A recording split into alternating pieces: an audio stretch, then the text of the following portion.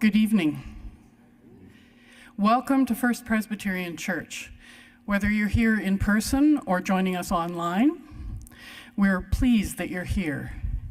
We acknowledge that we are meeting on Treaty 4 territory, the traditional homeland of the Cree, Ojibwe, Saulteaux, Dakota, Nakota, Lakota, and the Métis Nation.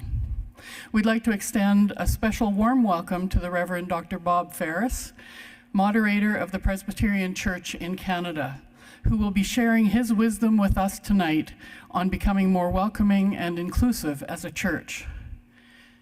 Following the program, there will be light refreshments served in the narthex, and you are invited to meet Reverend Faris and have a visit. Enjoy the evening.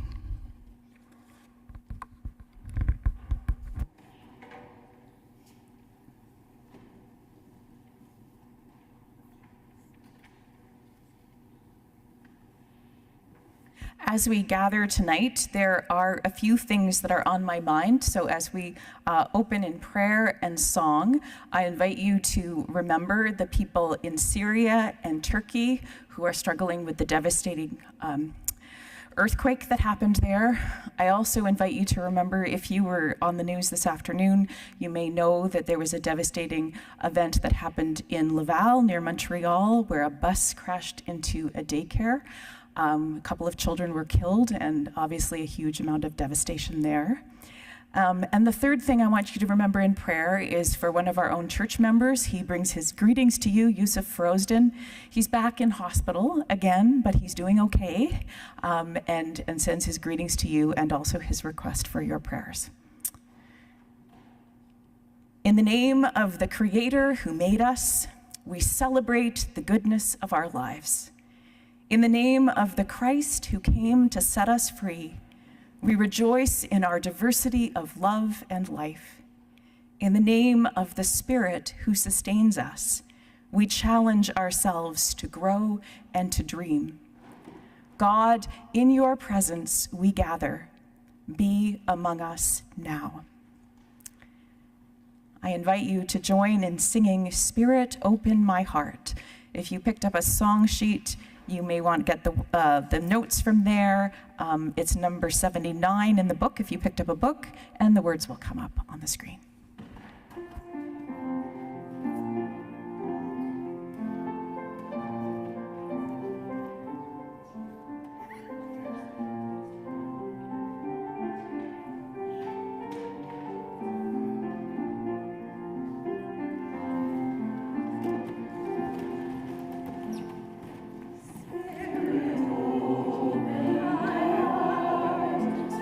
Joy and pain of living.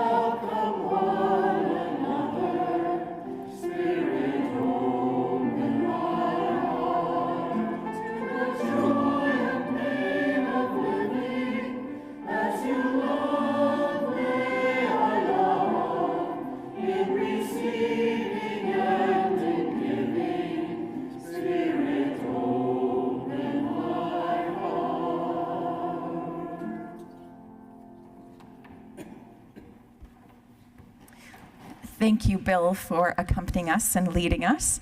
And I'll now invite Donna Wilkinson, who is the convener of our Welcome and Inclusion team, to come up and introduce our guest speaker.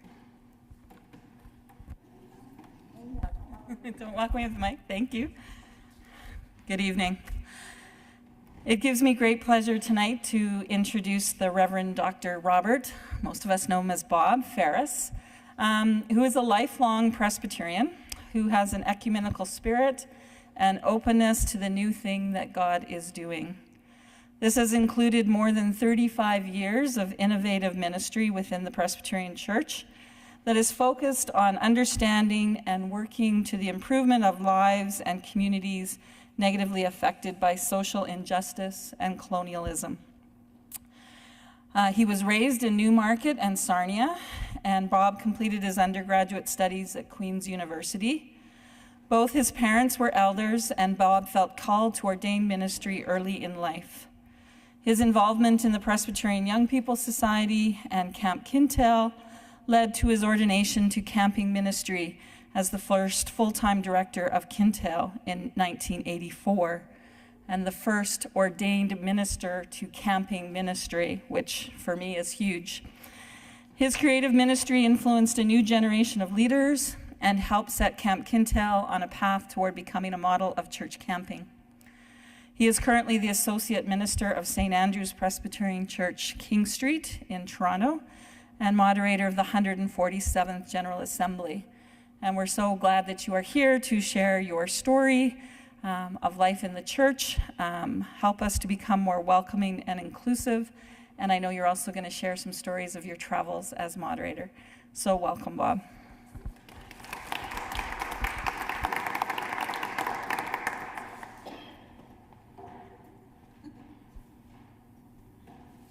Thank you, Donna. Thank you, Amanda.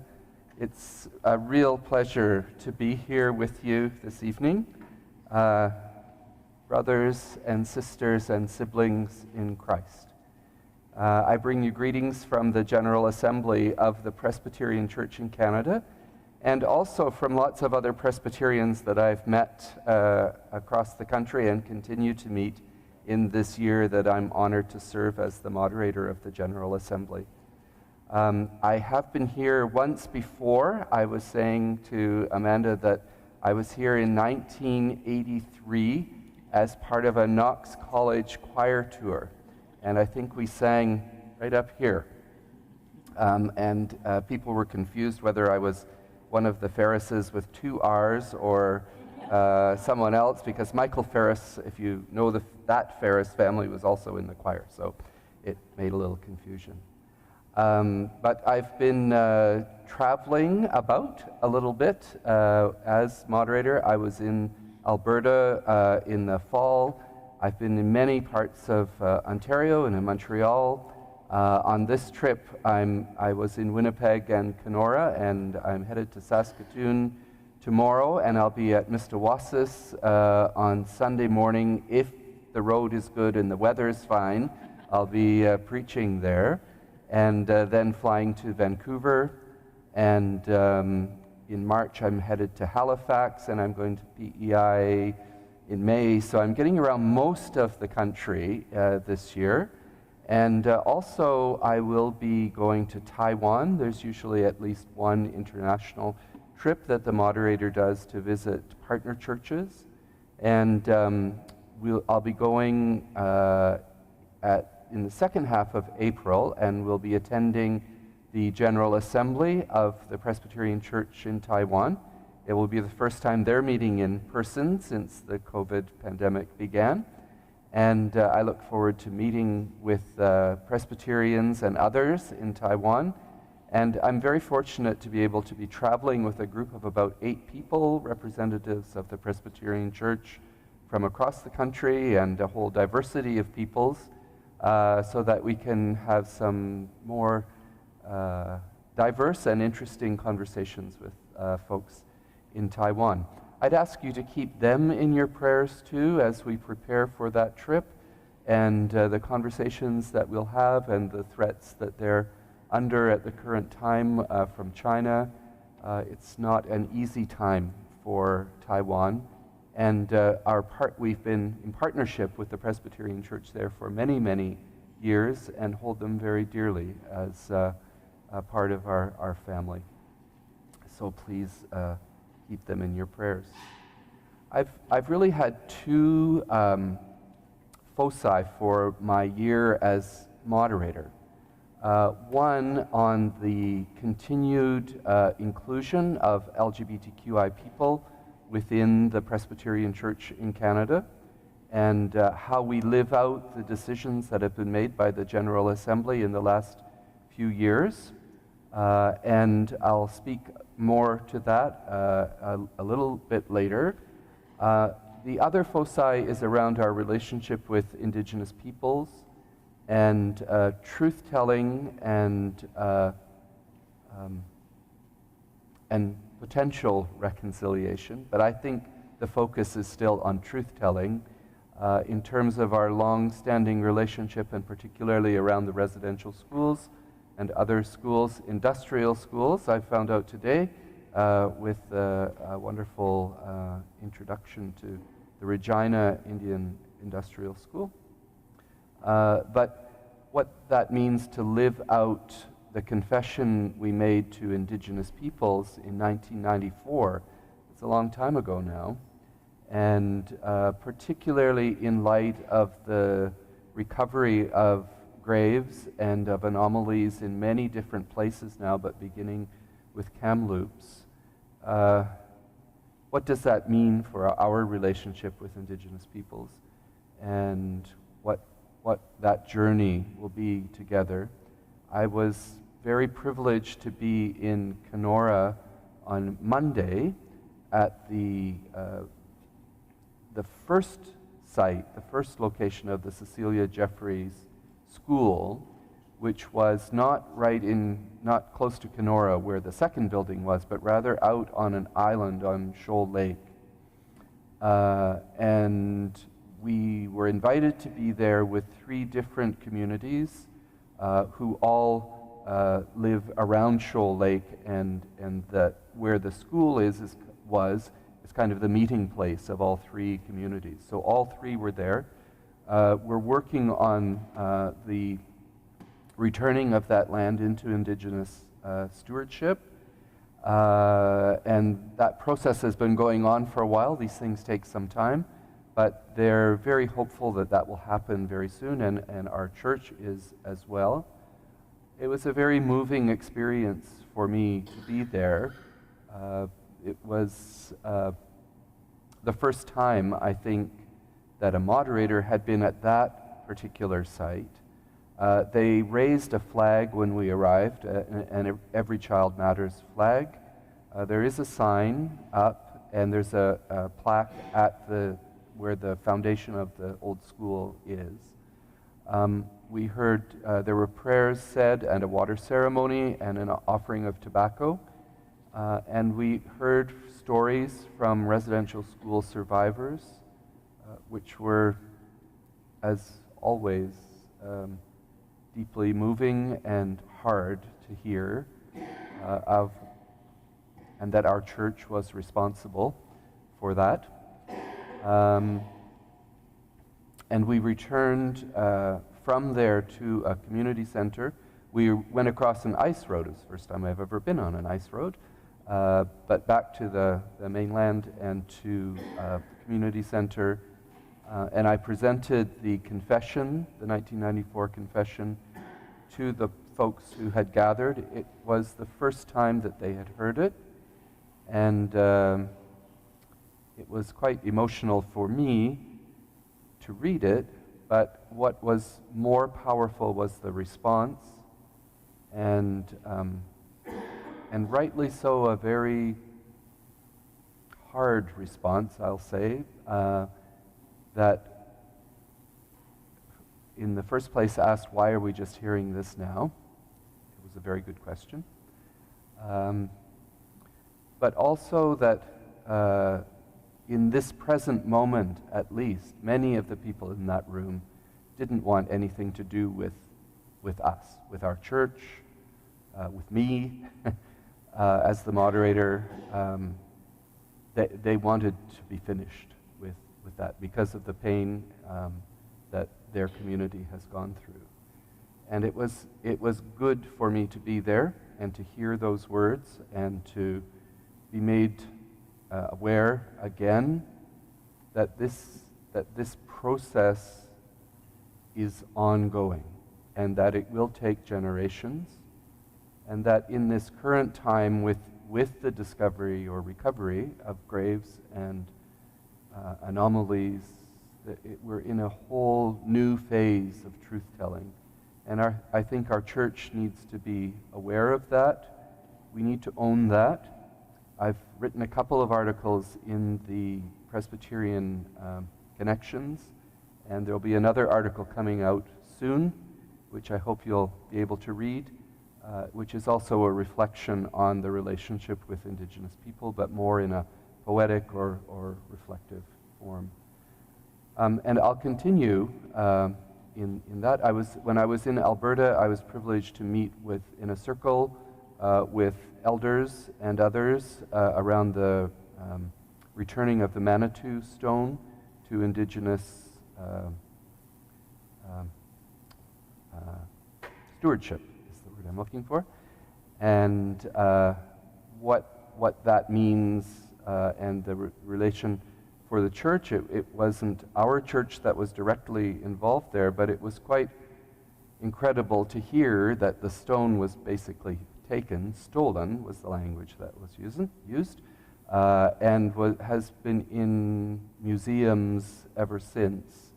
But there is a good process now, I think, to bring that stone back into Indigenous stewardship. So, and just to say that our trip to Taiwan, I hope, will also be able to bring some of those two foci together, as well as our concern around the situation there. Taiwan as a country is the first country in Asia to have legislation that allows for same-sex marriage, and is quite progressive in terms of rights of LGBTQI people in the country. And within the church, there's conversation ongoing, and they're open to conversation with us. So I look forward to that, as well as the fact that in the church in Taiwan, there's a significant Indigenous population. I don't know whether you know the history of Taiwan, but there were the Indigenous people, and then there were several waves of people from the mainland of China that came to the island and populated it. And as in our own country, Indigenous people are pushed to the margins, but they're very much part of the church, the Presbyterian Church in Taiwan, and we've had Paul McLean has been very active from our church in helping with Bible translation into various Indigenous languages in Taiwan over many years now. So there will be Indigenous people in the group that's going with me, and we're looking forward to some really wonderful conversation and important conversation around all of those things. So tonight I'd like to focus a little more on inclusion and where we're at in the Presbyterian Church, and how we can become more inclusive communities of people, beloved communities, as Martin Luther King Jr. called us, the beloved community. That's something to live up to. I'll give a little overview of what's brought us here, and then we're going to see a video that was produced a few years ago that includes the stories of many different Presbyterians who told their story to the Rainbow Communion. I was one of the co-conveners of the Rainbow Communion. So just a little bit of background to what brought us there. Our church has, as many of you know, been involved in discussions around inclusion and around human sexuality for decades. And we're not dissimilar to most of the mainline Protestant churches in Canada who have also been engaged in that conversation. In the 1960s was really perhaps the first shift when our church, along with others, supported the government legislation to decriminalize homosexuality. I say that now and I think, how could we have had to talk in that way? But we did. And the church supported it, although on the theological and doctrinal side still said that it was sinful. There was a move within the church over the next couple of decades to acknowledge that same-sex attraction was not sinful in itself, still saying that acting out upon that was sinful, but that being, at the time, the language was probably gay, was not sinful in itself. That was our position up until the 1980s. And then there was a bit of a silence, and there was a bit of a coldness in our church, where people were afraid to talk, especially after the 1988 decision of the United Church to say that sexual orientation in itself, same-sex attraction and orientation in itself, and being in a same-sex relationship was not a barrier to ordination.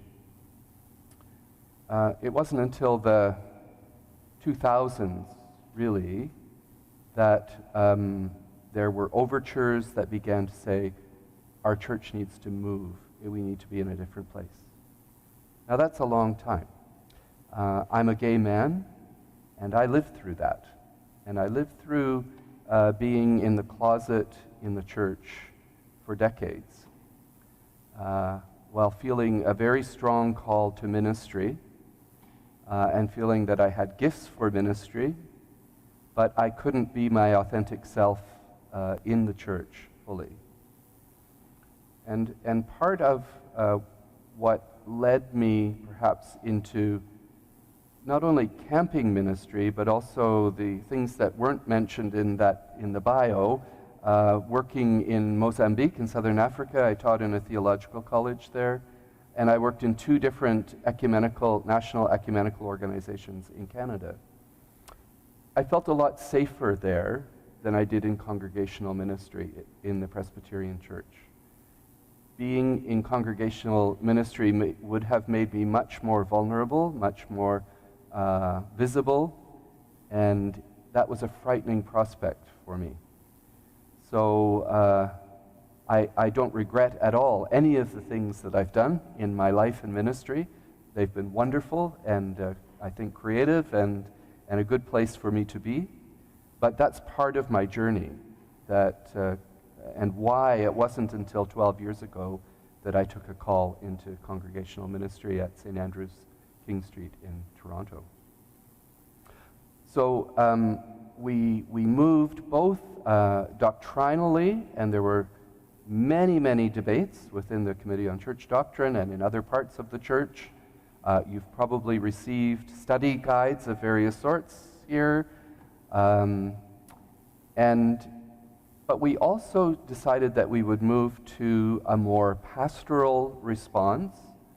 And I was saying earlier today, I was on the Committee on Church Doctrine, and my first response to that was, we can't do this. How can our church have a pastoral response to people that we say are not fully children of God? That we still have the doctrine and the practice of exclusion to a large extent. However, I was convinced, and as in a lot of my life, I ended up moving into a leadership position somewhere else and became one of the co-conveners of the General Assembly's Special Listening Committee, LGBTQI, which became known as the Rainbow Communion. And we listened to 139 stories across the country of people who had been harmed by homophobia, transphobia, heterosexism, and hypocrisy. And the homophobia and hypocrisy come directly out of a report from 1994 on human sexuality. Although it upheld the traditional views around human sexuality and particularly around same-sex relationships, it did say that the church needed to confess its sin of harm for LGBTQI people. So that was the rationale in the first place of the establishment of the committee.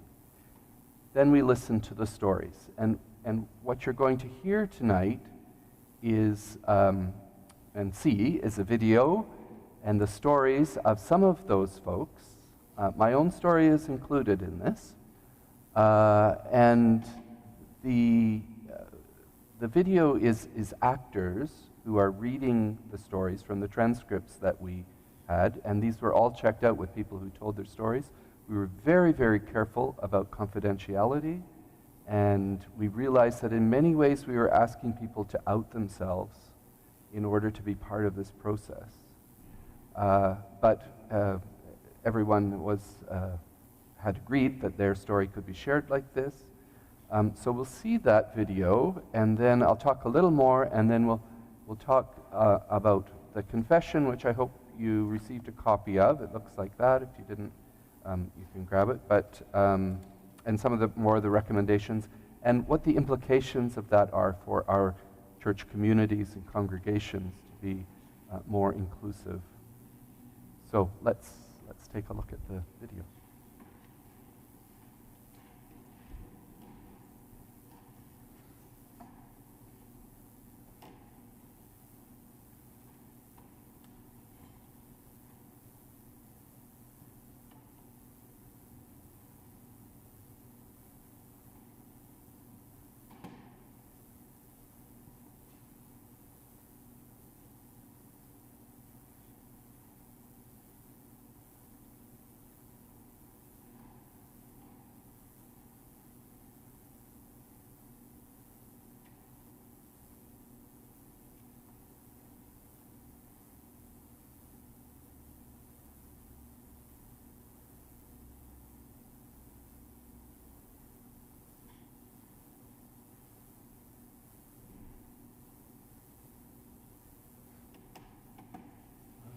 We're not getting any sound.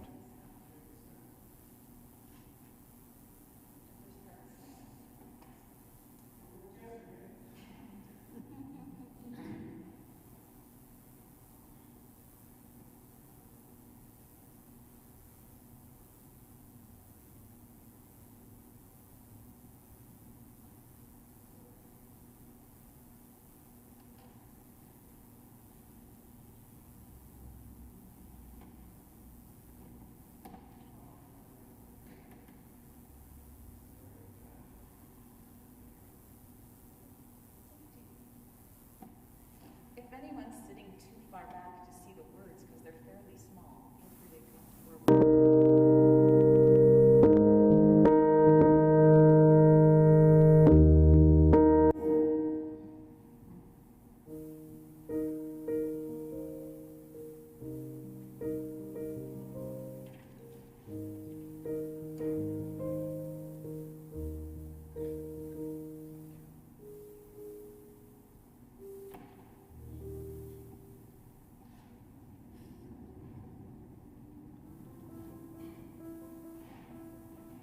There are people who grew up in the church that were told that they don't deserve God's love and that they are going to hell. When he came out to his grandfather, the patriarch of the family, a Bible was thrown at his head. He was told he wasn't welcome in their family. He was a kid, out of home, became addicted to substances and exploited in the sex trade. He experienced a fatal overdose.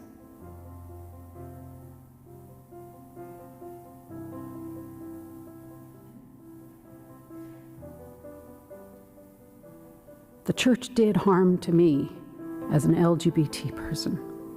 It is devastating to me that I will never get back the years of my life that I have lost to self-hatred. I can't imagine that I will get enough counseling to keep me from feeling that deep sense of wrongness, that lack of worthiness. I began to realize that I was gay, and at the time, I believed it was wrong. as many Christians go through. And I went through the whole pray away the gay stage for years. Every night, from the age of 16 until I was 19. Just really begging to God, turn me straight. Attempts at conversion therapy was just a fruitless endeavor that simply increased my despair. As a closeted gay Christian who feared eternal damnation, I was desperate to do something. The exclusionary practices of homophobia, hypocrisy, and heterosexism meant that my child eventually succumbed to crippling, invisible depression. So it was on a long, long journey of practically smelling death in our house every day, and we did not talk to anybody at the church about it.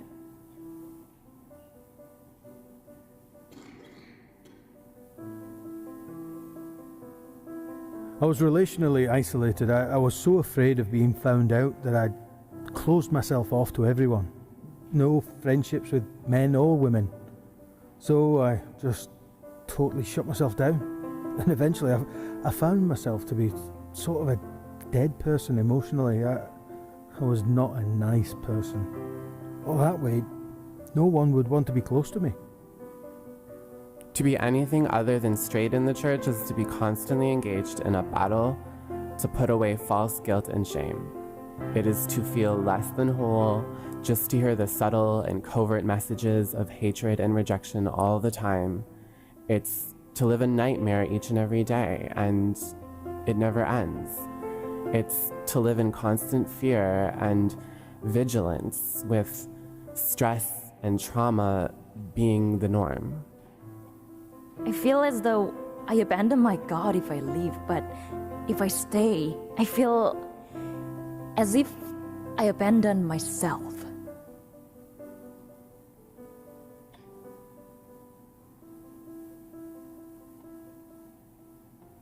I lived with constant tension for most of my life.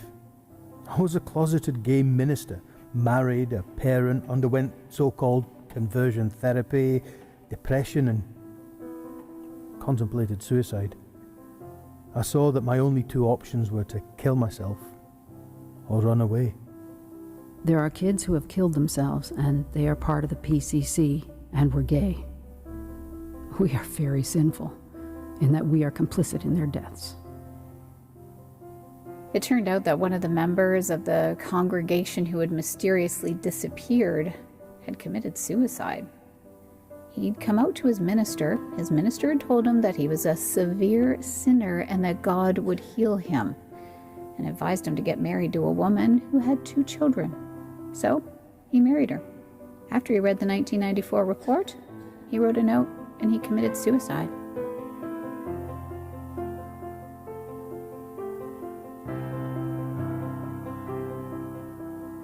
I've grown up in the Presbyterian Church.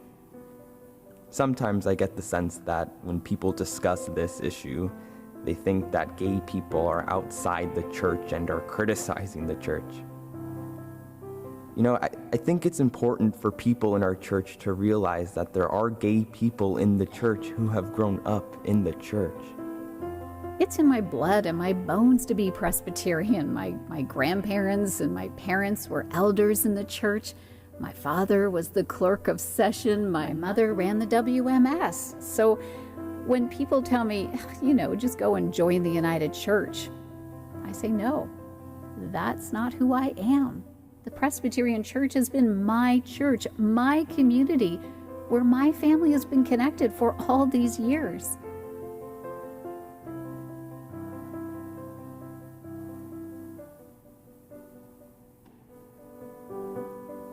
I was given an equal and legitimate platform to share my story. My racially diverse congregation listened without judgment as I was transitioning from male to female. They continued to welcome and support me. There was curiosity and non-invasive questioning from the congregation, but I was never misgendered. I finally found an affirming church in the PCC after realizing my former church would not accept me. I cried in the park by myself. I realized how much I needed this space. I needed this so much. I just needed this part of my life to come back.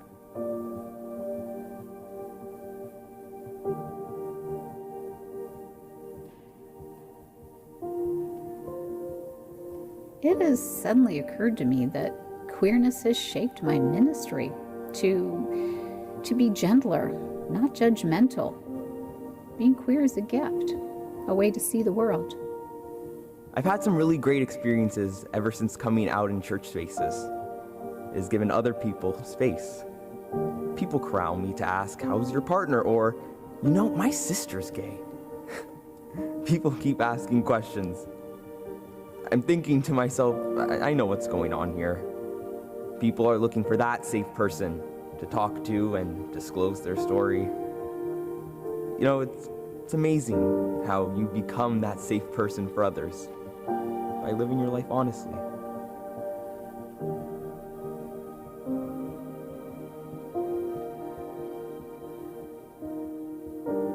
I'm living with fear because there's still that old, mostly homophobic thinking in church.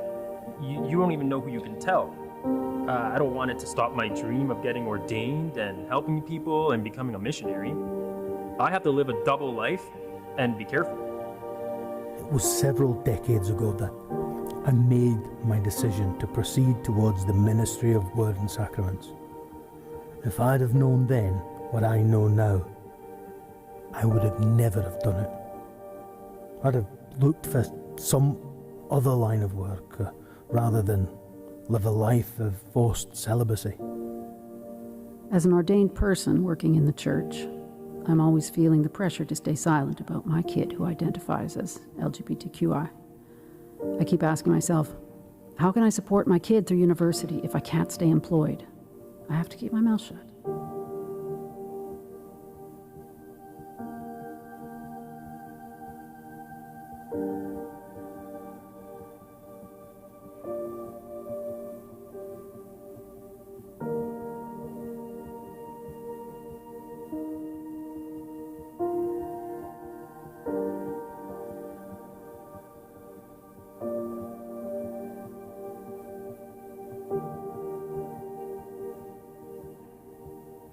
I realized that I had been holding on to the stuff for so long and never got the opportunity to sit down and tell my story to the Presbyterian Church, because they said, "We don't want to hear it, actually."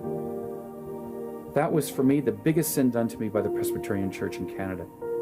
I thought, boy, this just doesn't feel like church to me. This feels like something else. I mean, really, just to say it really clearly, it felt like the General Assembly molested me on that day. In the sanctuary in front of everyone. That's what it felt like. We were members of St. Columba by the Lake, and Darrell MacDonald was there, and we got to know him, and we heard him preach. And I thought, what's wrong with this system? This man is a superb preacher. Why don't they want him in the pulpit?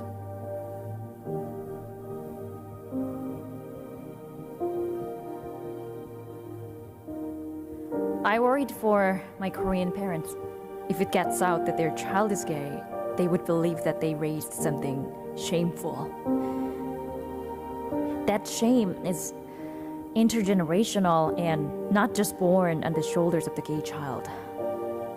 The Bible is full of one story after the other, oppression and oppression and oppression and oppressors. Then that opens the door to the oppression of the LGBTQI people and the oppression of people of color. We need to ask, who are bearing those wounds? And then let's talk about those wounds.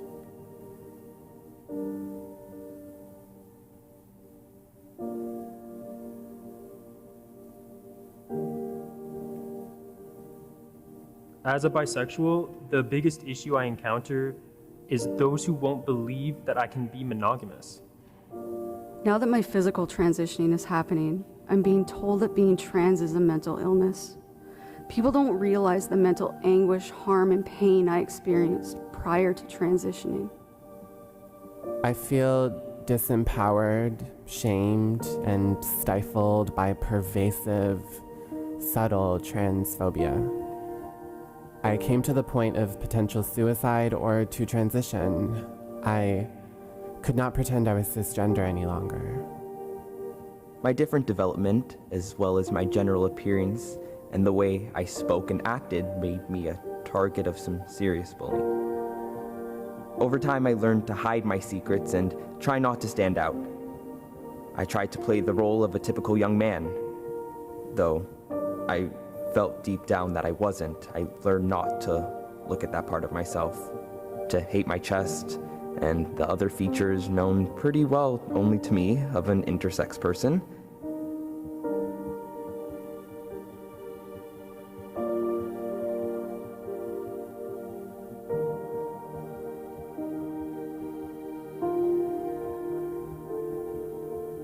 My sister's husband wouldn't let my gay brother into their house because they had boys. I said to them, he's gay, he's not a pedophile. I definitely think one of the things holding me back after I came out to myself was the long history of stigma around LGBTQ people working with children, especially gay people. It was definitely something that I never wanted to be associated with me, even though I knew it wasn't right, and it was homophobic to think that way.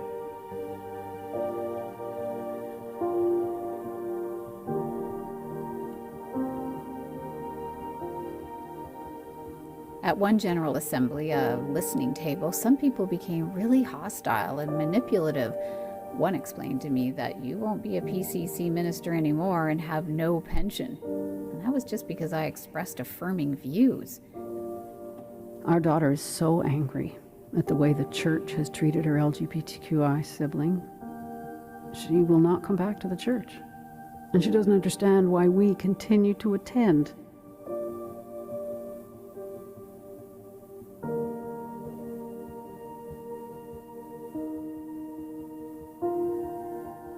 If a church says it's affirming or welcoming without changes to the heteronormative language and culture, hymns, and imagery, it's just lip service and tokenism. I read the apology that came out a while ago. I appreciated that it was a step. It felt, to me, disingenuous when the church continues to harm people. I've never been betrayed by someone who I know that hates me. I've only been betrayed by the people who I thought loved me.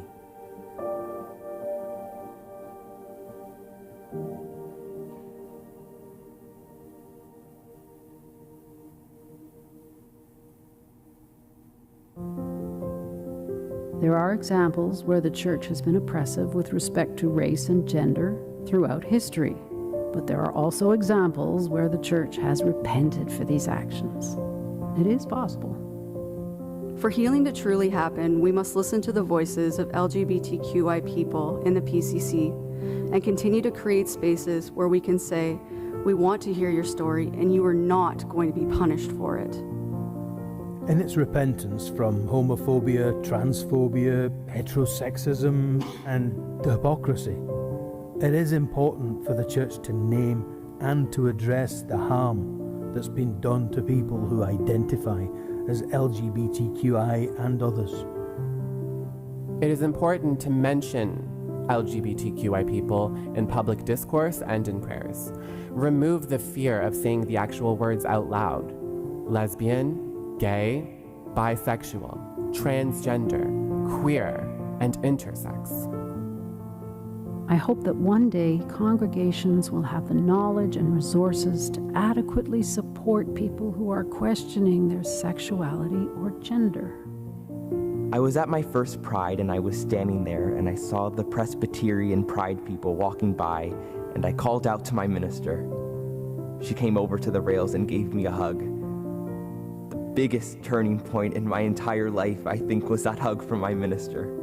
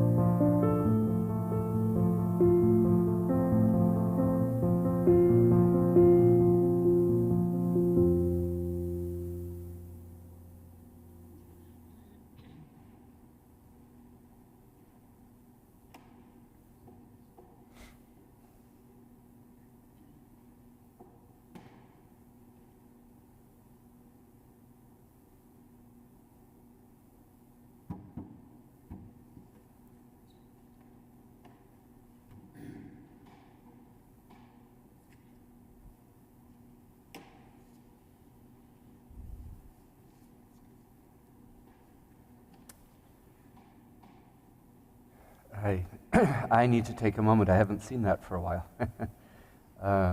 And it still touches me, and I've heard those stories and many more in that process in Rainbow Communion. But it was an essential process, I think, in our church, so that we could be in a different space from the doctrinal debates that had gone on for so long, and listen to people, and listen to the harm that's been done to people within our denomination. And all of the recommendations of the Rainbow Communion were adopted by the General Assembly, and that was happening in parallel with, about the remits that allowed for same-sex marriage and the ordination of people in same-sex relationships. But I think we needed both. We needed this pastoral and human way of hearing people's stories in order to say we need change. We do need to change. We have to respond to the harm and the hurt that we're hearing. We can't just leave that and continue as usual. And we couldn't if we were going to be a place where LGBTQI people feel welcome and even can stay. Over my lifetime, I know many people who have left the Presbyterian Church in Canada because they did not feel welcome, and beyond that, because they felt that it was a dangerous place to be. And that included some clergy who left, and certainly many others, elders and members of our church, many of whom had incredible gifts to share within the body of Christ, but felt that they had to leave because they couldn't share those gifts openly and freely in our communities.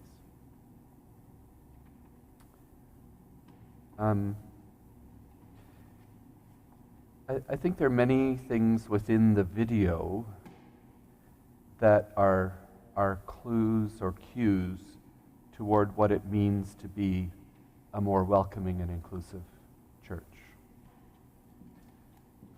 I've been saying this everywhere I go. I say it in my own congregation in Toronto, and we still have a long way to go on this too. The church in general, churches in general, are seen to be unsafe places for LGBTQI people. If you're walking along the street and you see a church, you assume it's not a safe place. I think that's still the case, unless you see some symbol or sign that it's welcoming. And it's important outside of our churches to have signs and symbols that say this is a welcoming place. This is a place where you can feel safe. This is a place where you can tell your story and you won't be judged. That's so important. And we're still on that journey. We still need to work on that before we ever come inside the building and think about what it means to be an inclusive community inside, and as we join together and are the beloved community, what do people see from outside? So I would say that that's a very important part of being an inclusive community. You'll notice that the title of the video was "Not All Are Welcome." And many of our churches over the years have had a sign outside that says, "All are welcome." Well, not everyone was welcome. And it wasn't just LGBTQI people, but certainly for us, there was a big disconnect between that sign and our experience of the church. I remember in the General Assembly many, many years ago, an older woman, I think it was probably in the 1990s around the time of the Report on Human Sexuality, standing up in a very impassioned way saying we should take all those signs down because it isn't true. Not all are welcome in our churches.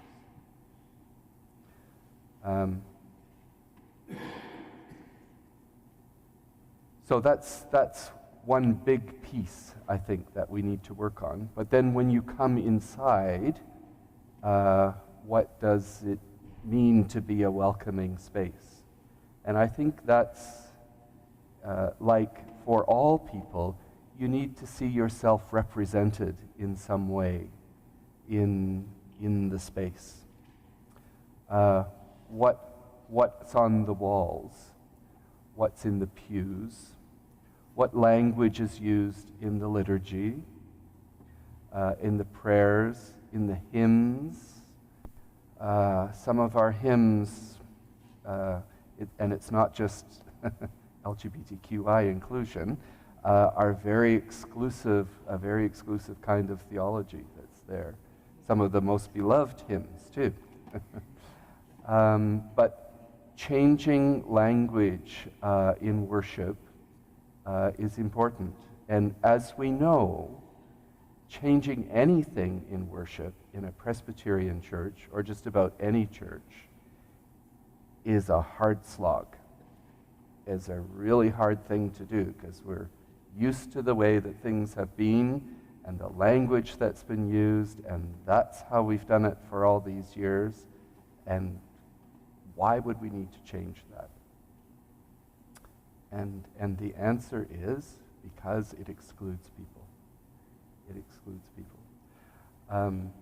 And representation in stories, in church school, and elsewhere for kids that include different kinds of families, that normalize that within the way we talk about family, in how we talk about children and their families, and not saying necessarily you go back and sit with your mom and dad.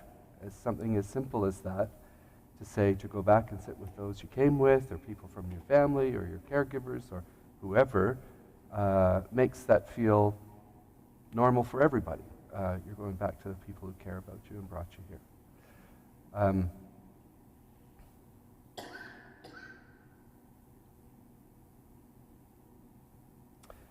And I think in the way we welcome people as well. So having a diversity of people as greeters. And again, it's not just LGBTQI folks, but that needs to be part of the mix when we welcome, when we, and in our hiring practices as well, if we're looking at staff at all levels, not just ministers, that we need to be open and non-discriminatory in the way we look at hiring folks for different positions within the church. I'm probably forgetting a lot of things, but I think you get kind of where I'm going with it. And I think I'd like to just say, to have some of your questions, and let's build on that to say, what does it mean to build a more inclusive community, a more inclusive church?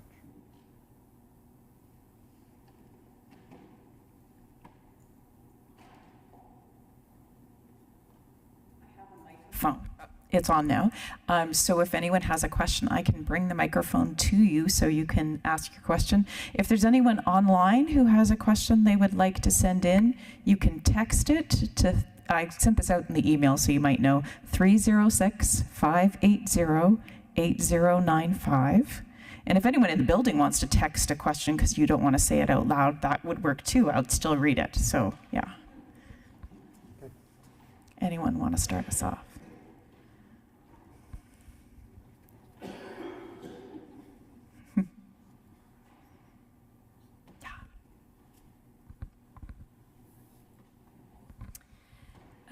one of the comments in the video was from a person who said that she finds, or she found affirming churches that use inclusive language and so on disingenuous and I'm searching for words here, tokenism. And so I'm wondering if you could tell us, or if we could search a little bit more, you know, the rainbow on the sign outside, or the, you know, those physical ways, and using language in the church is clearly not, there's breaks there. So Sure. What are the other things that we need to pay attention to?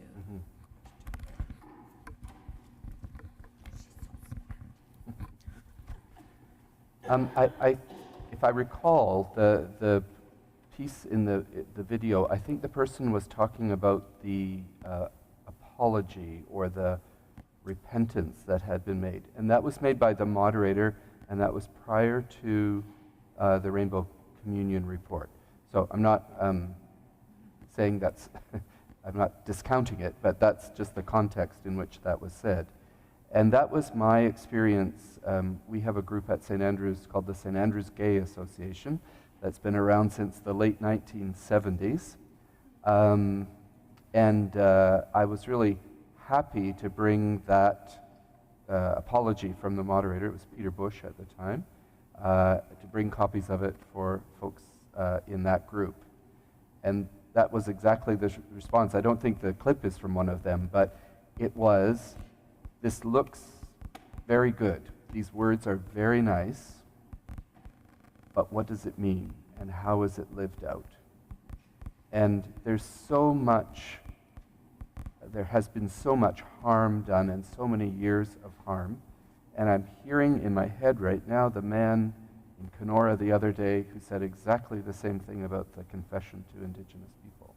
These are wonderful words, but what does it mean to live those out? And I think it's going to take a long, long time for us to live that out.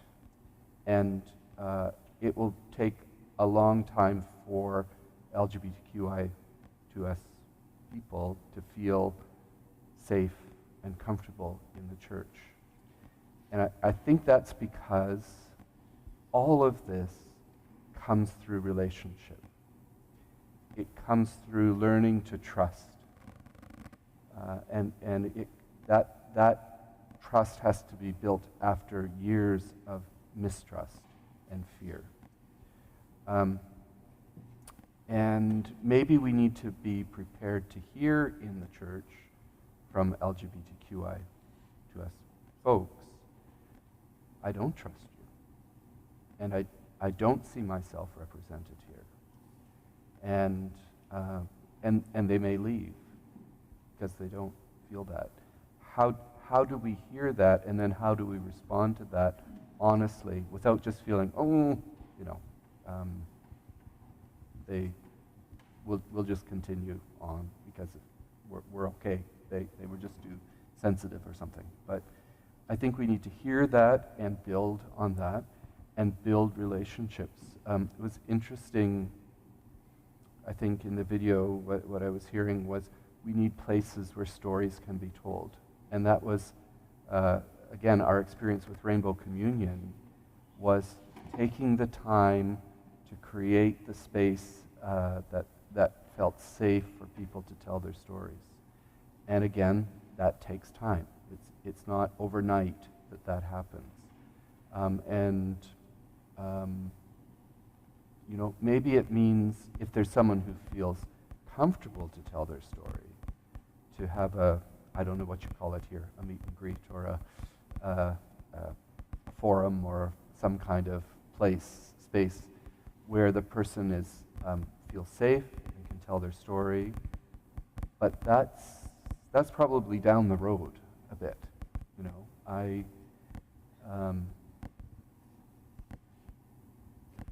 Just to say from my own experience of coming out, that it was a long, long, long process where I was able to speak to people I really trusted first. And it was very slow at first because I had to assess every person that I talked to, whether I could trust them or not. And I remember the time in my life when I found out that someone who I did trust had told other people, thinking that it was okay with me, that I was at that point in my journey that it was okay. And how devastating that was, and the conversations with that person about that experience. And finding a way through it, fortunately, we're still good friends. But it was a learning, certainly for that person and for me. But being very sensitive to where people are on their journey of coming out. And I think that's more the case for older folks like me who have lived for a long time in the closet. That process takes a whole long time. I'm delighted that for younger people, in many instances, things have changed, somewhat, at least. So that at school and in other places, and you're the people who can tell me if I'm telling the truth or not about this, but it's okay, or it's more okay to be who you are. There's still stigma, there's still difficulty in it, but it's a different kind of space than what I grew up in. And I think, for those of us who are older in the church, that it takes time. It takes a long time to trust the words that are being said. And there's no short-term answer to that. It's going to take a generation or more, just as with relationships with Indigenous people. Come back to So I'm new to this group here, and in this group, in this congregation, there's a fair diversity of people coming from different experiences, different ethnic backgrounds, different countries and cultures, and also in need of care and, help in settling into this country and this culture, who also may feel a sense of betrayal in finding out that this is an affirming church, and feel betrayed that Christians believe this thing and would never believe that an affirming congregation could exist, then find out that it's an affirming congregation. How do we balance those things out? Mm-hmm.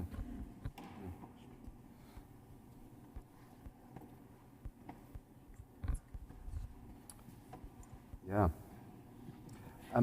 I don't think we want to put people off becoming part of our communities, but making it more visible as people enter the building and come into the sanctuary or wherever they're going, that there's a diversity of people welcomed, and that includes people of different sexual orientations and gender identities. But that may not, if people are coming from places where those signs and symbols aren't very common, that also might not be the cues that it would be to people who've grown up in this part of the world. But I think that's important. And if it's in the bulletin as well, just like we have a land acknowledgement, saying something about that all are welcome and naming the diversities that are welcome. Again, sometimes that's not quite understood, too, at first. I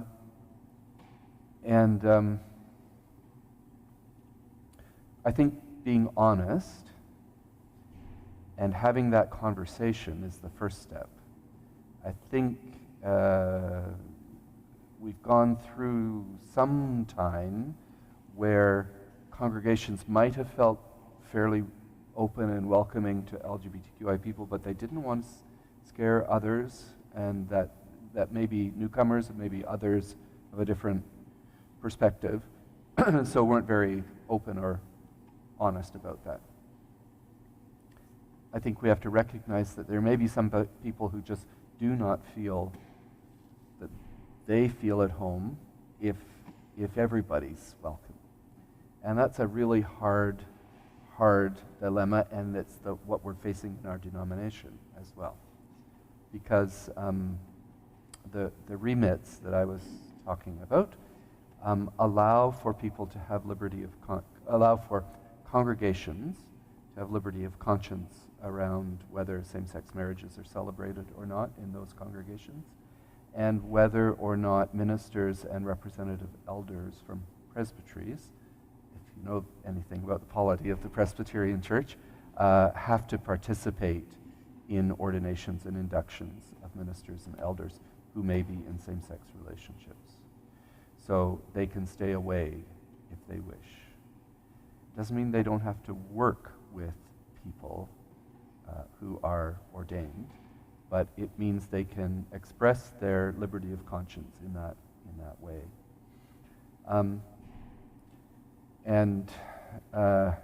That was a way within the denomination of trying to still say, you can hold a different position. There are two official positions in relation to marriage. So a congregation can accept a position that says that marriage is between a man and a woman, or that it's between two adult people.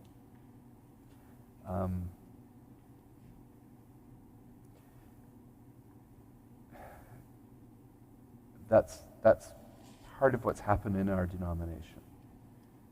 I find that really difficult, I'll be honest with you.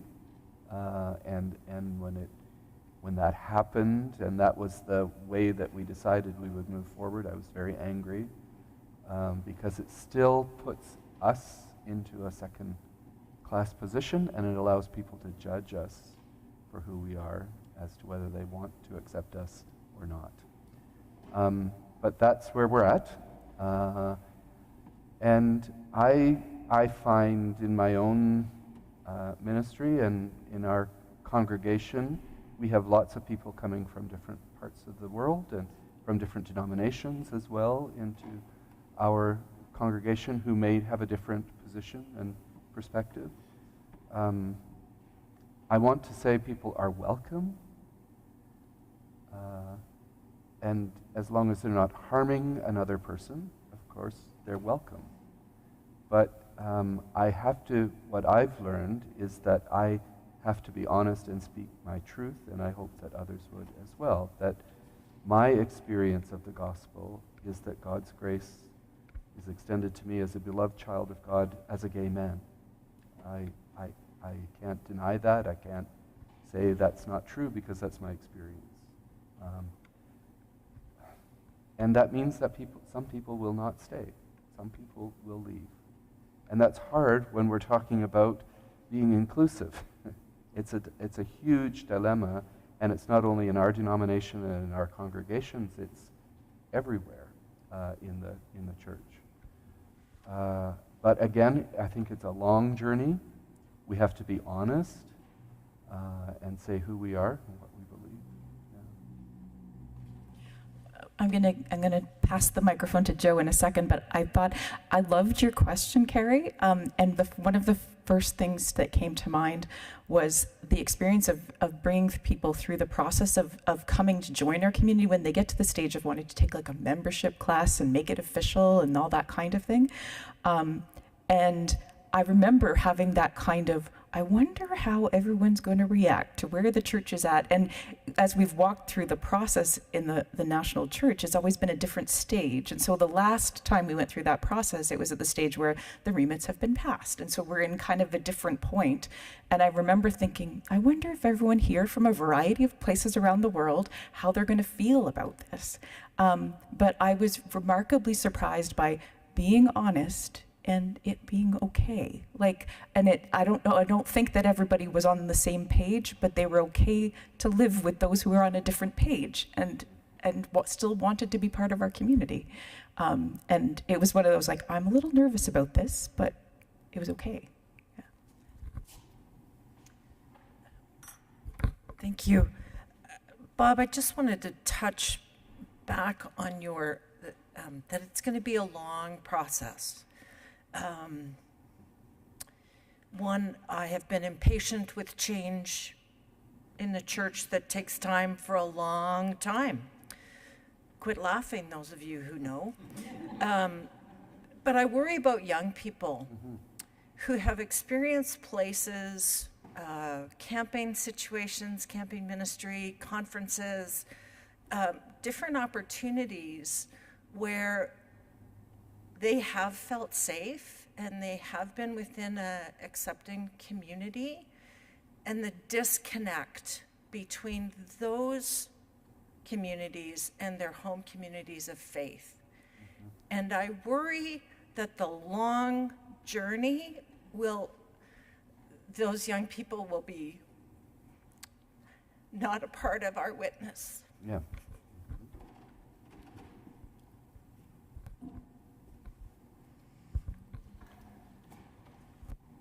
I think there's been a change, and the long journey that we've been on has been long because it was those who said, people like me are not welcome, set the rules, and maintain the doctrine and the practice. What I'm talking about, the long journey that's going forward, is up to people like me, and people identify as 2S LGBTQI, to say, I'll be there or not. And you have to live out those words that you're saying. I'm also very concerned about young people, but we now have communities that are inclusive. There are some alternatives. I don't think we had that before, or very few, and places that were kind of on the edge and were not really following the rules. Now, there are some alternatives. There are some places you can go and be accepted, congregations, and I think pretty much anywhere in the country, unless you're in quite a remote area, you can find a space, and that's growing. That's growing, and as we say, as we begin to live into what it means to be inclusive, those will develop more and more, and there will be more of those opportunities. But it's hard. I never cease to be amazed at the people in the church that say, we want young people. We want them in the church. What's wrong? Why can't we have young people in the church? And then present a place that's so contrary to what many young people, not all, it's not all young people who are, have an inclusive position or view, but for many, it's like going back beyond their birth time to some other era. And I think that's something I'm saying as I'm going around as moderator, is that we really have to be open to the new thing that God is doing. That's when you were reading my bio, I remember writing that, and it's become more and more a part of what I'm saying, is that we have to be open to that new thing. We're not going back to that time when there were lots of children in the Sunday school. And we may have kids, we may have young people, but it's not going to look like it did. It's not going to be that place. And that was a scary place if you were gay, or if you were Indigenous, or if you were a woman in many cases. We need to be open to the new thing that God is doing, and a new way of being community that is inclusive. And it's going to look different. And it may draw young people in, but we have to risk. We have to take the risk to be that different kind of space. And I think, you and I have lots of experience in church camping and young people's, and there are models out there of church spaces that have been and have worked at being inclusive that we need to learn from as congregations. How can we use those as models for us? Yeah. Others? I did get one text message, but it didn't have a question. Oh. It was from Kara Earhart, who is the at our national office, our staff person for sexuality and inclusion, and she's watching. So hi, Kara. Hi, Kara. But she didn't have a question. But can I just say, Yeah. If you're thinking about inclusion, talk to Kara. I should have said that right up front. Sorry, Kara. She's on staff now at the national office. She's done some great work with workshops about coming out, about being inclusive. They're available to congregations across the country. So be in touch with her and take advantage of the resources and the work that she's doing to help build up. She does that a lot better than I do. So. And the miracle of Zoom means that our Welcome and Inclusion team has had a meeting with her at one point, and will again. So she is already serving in that way to help us with some of our ideas of how to move forward. Anyone else with a question or a comment? Yeah.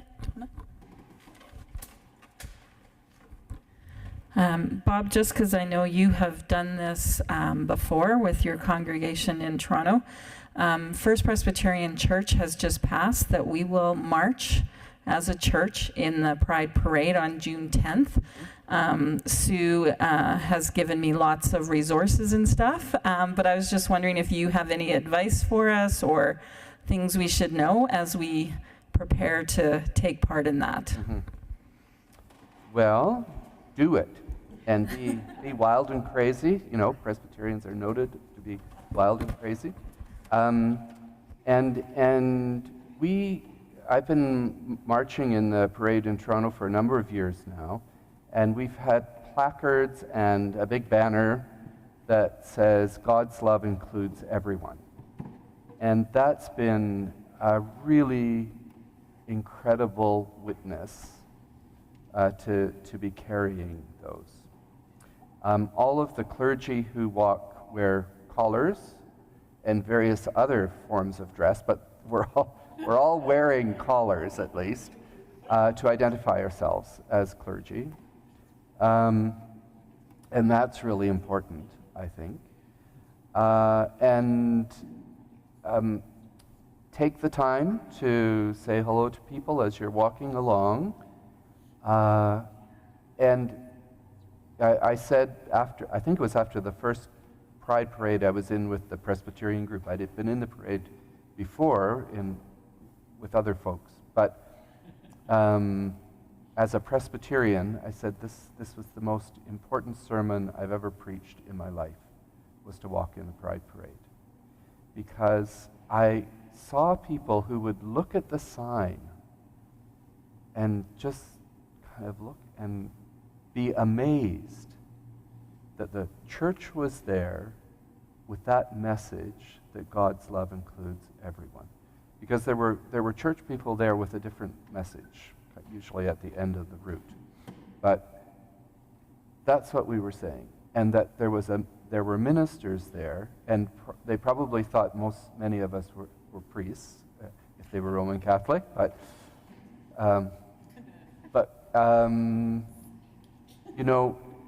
you'd come up to someone and you'd shake their hand, and they'd look at your collar, and they would just have to think for a while. This was such a disconnect in the Pride Parade, and then say, thank you for being here. Thank you. And sometimes with tears. It was an incredibly powerful experience. And I think that's so important, that we are out there and present in communities where LGBTQI people are. We talk about we want the church to grow and young people and all of that. We want them to come into us and do what we do and be like us. We need to be out where people are and experiencing life as they experience it. And pride parades are now, hugely important events in the life of our cities in Canada. They're where lots of people go and express that sense that everybody's welcome. Well, why aren't we saying that God welcomes you?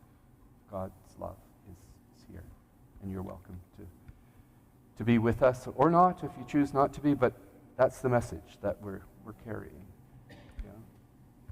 I got one more text message, and it's not a question, but it's an addition. And this is from Barry Holzlander, who Bob met earlier today, a lay missionary who serves at 2 congregations in our presbytery. And he said, regarding the Pride Parade, if you can march, join us at the free mom/dad/grandparent/whatever hugs spot. And if that might not make any sense, but Barry always does this in marches in the Pride Parade here and also in Saskatoon, I think, usually. And he offers free dad hugs to anyone who might need a dad hug. And I think it's a beautiful way to show God's love for every person. Any other? His wife and another lady in the community and myself are part of a Facebook group for parents of LGBTQI kids, and we were at the Pride Parade last year with free mom hugs, and we had kids weeping, giving us hugs. Not all of them. I mean, some of them were just, hey, but some of them actually really need that. And it just broke my heart to see that, because they're not getting it from their significant parental figures or whatever. So if you are interested in doing that, that's a really great thing to do.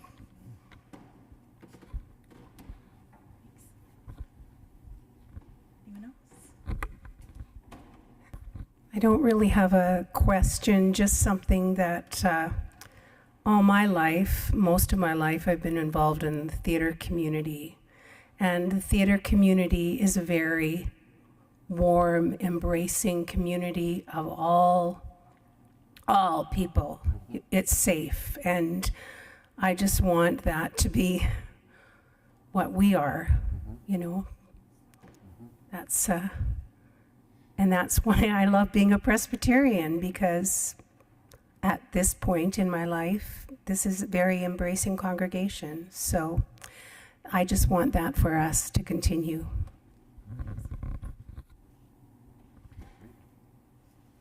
There are models. There are communities that are inclusive, and we can learn. We shouldn't be afraid to learn others. Great. Well, maybe that's our natural end. Thank you so much, Bob. Just one more thing, because I did bring this. So part of the Rainbow Communion recommendations were that the church should make a confession to God and to LGBTQI people for the harm done. So it's here for you to take and read. You might want to, I don't know whether you've incorporated any of it into worship. It was in the newsletter recently. I can't remember if that was last month or the month before, but the whole confession was included in there. But we haven't included it in worship yet, so we might do. But this, I think, was a very important step in the life of the Presbyterian Church in Canada. This is different from the apology or confession that I was talking about previously that had been written by the moderator. It was important to have that at the time, because people were saying, oh no, another 3 years for the Rainbow Communion to bring its report. So it was important to have something that the church was saying officially. This was read at the assembly last year. I was very moved. As you know, it was an online assembly. So there were a few of us gathered in a boardroom in Toronto, and everybody else was on the screen. But in that room, our clerks of assembly stood when this was being read. I wasn't expecting that. And I was sitting with a friend who's also gay and also ordained. And both of us were in tears for a whole variety of reasons. But that action was so important to us. The respect and the recognition that indicated was so important. And so just to say that to think about that, that a small action can mean a whole lot. It says a lot in here. It's drawn from the stories of the Rainbow Communion. And I think it's good to read this in conjunction with the full report is very long and hard-going. There's a summary report, and the video, it's all on the website. So PCC website, so you can read that and read the confession in conjunction with the recommendations. And there's a lot there to chew on about being an inclusive community and moving forward. So, yes, I'll leave it there.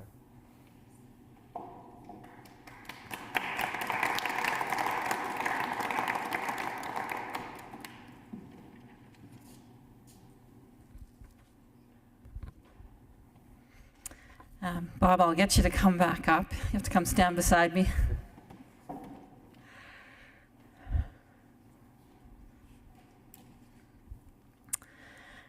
Thank you for coming here tonight and sharing with us. I wasn't sure about taking on the Welcome and Inclusion convener, but it has been a growing experience for me and a learning experience for me, both in the congregation here and at camp, where we're also working to becoming more inclusive. And I just want to thank you for your words, your insight, your sharing your story with us. And so on behalf of everybody here, here's a little token of Saskatchewan that I hope you will remember us by as you travel and in your future ministries. So thank you. Thank you very much. And I guess just before we go into worship, I'd like to thank Nick for helping us to make this inclusive so we can have people online with us, and Bill for coming and playing, and Joe for taking part in the land acknowledgement, and of course Amanda for organizing all this for us. So thank you all for coming.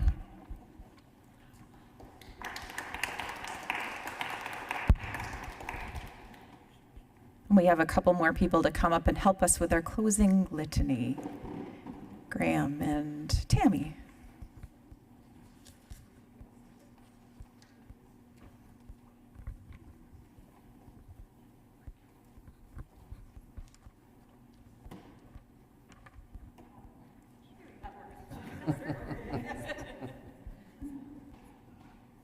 Some Pharisees wanted to test Jesus.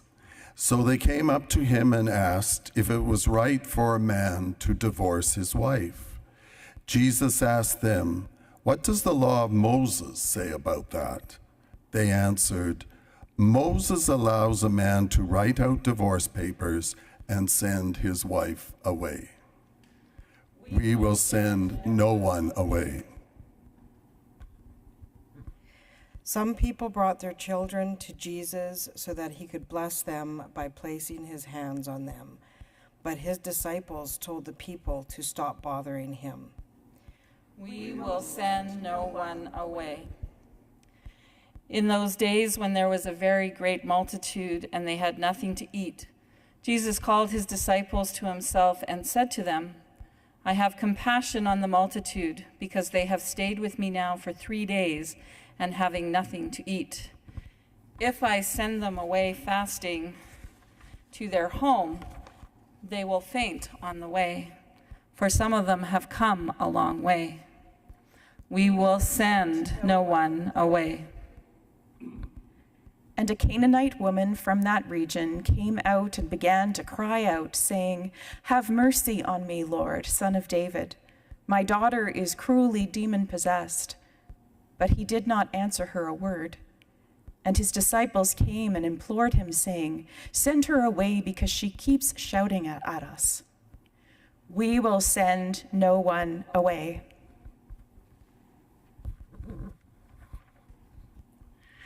Two-spirit, gay, lesbian, bisexual, and transgender siblings are walking with us on the path of the disciple. They have chosen to be there because they feel God's call to them.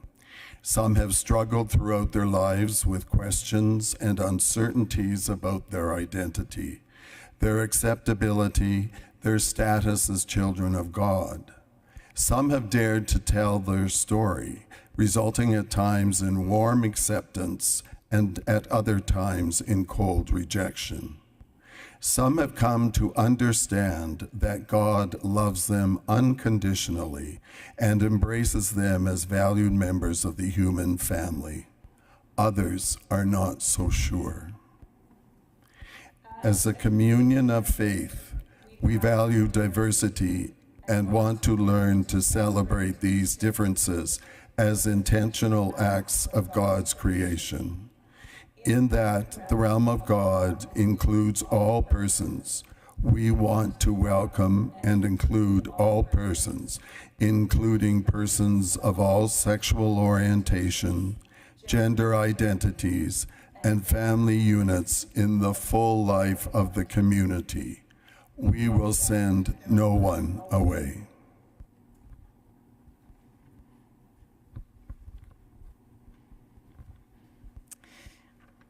If you're not already crying like me, join in singing. Our final song to send us out is called All Are Welcome. Let us build a house, and it's on that sheet.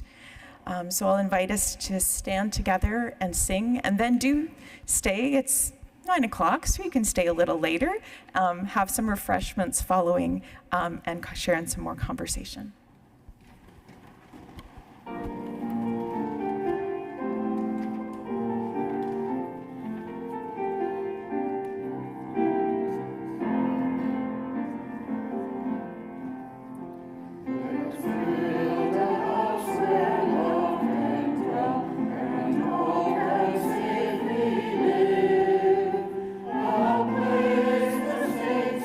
Children tell our hearts